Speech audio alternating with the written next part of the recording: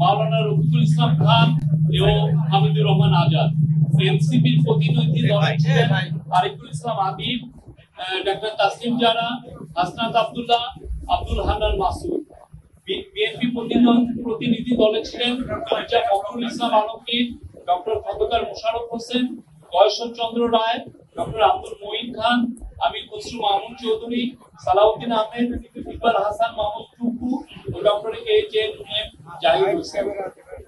আপনারা প্রত্যেকটা পার্টি আপনাদের সাথে প্রেস কনফারেন্স করেছে এবং তারা জানিয়েছে তারা কি কি বিষয়ে আলাপ করেছে। আমি শুধু আমাদের চিফ অ্যাডভাইজার তার মিটিং এ কি বলেছেন সেটার উপরে আমি একটু হাইলাইট করছি। প্রধান উপদেষ্টা জানিয়েছেন, স্পষ্টভাবে জানিয়েছেন, তিনি জাতির উদ্দেশ্যে ভাষণে নির্বাচনের যে সময় ঘোষণা করেছেন নির্বাচন সেই সময়ের মধ্যে হবে, অর্থাৎ ফেব্রুয়ারির প্রথমার্ধে একটি অবাধ, সুষ্ঠু ও উৎসবমুখর পরিবেশে নির্বাচন অনুষ্ঠিত হবে। সকল রাজনৈতিক দলকে প্রধান উপদেষ্টা নির্বাচন নিয়ে আবারও তার প্রতিশ্রুতি জানিয়েছেন। তিনি বলেছেন, নির্বাচন ছাড়া কোনো বিকল্প নাই। কেউ যদি নির্বাচনের কোনো বিকল্প নিয়ে ভাবে সেটা হবে এই জাতির জন্য গভীর বিপজ্জনক। আজকে মিটিং গুলোর মাঝামাঝি সময়ই চিফ অ্যাডভাইজারের সাথে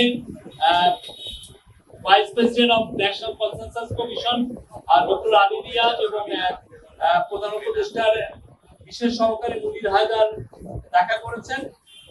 প্রফেসর আলী রিয়াজ জুলাই সনদ চূড়ান্ত করার বিষয়ে কি কি অগ্রগতি হচ্ছে সে বিষয়ে প্রধান উপদেষ্টাকে অবহিত করেছেন। এর পাশাপাশি রাজনৈতিক দলগুলো জুলাই সনদ বাস্তবায়নের বিষয়ে কি মতামত দিয়েছেন সেটা নিয়েও আলোচনা হয়েছে।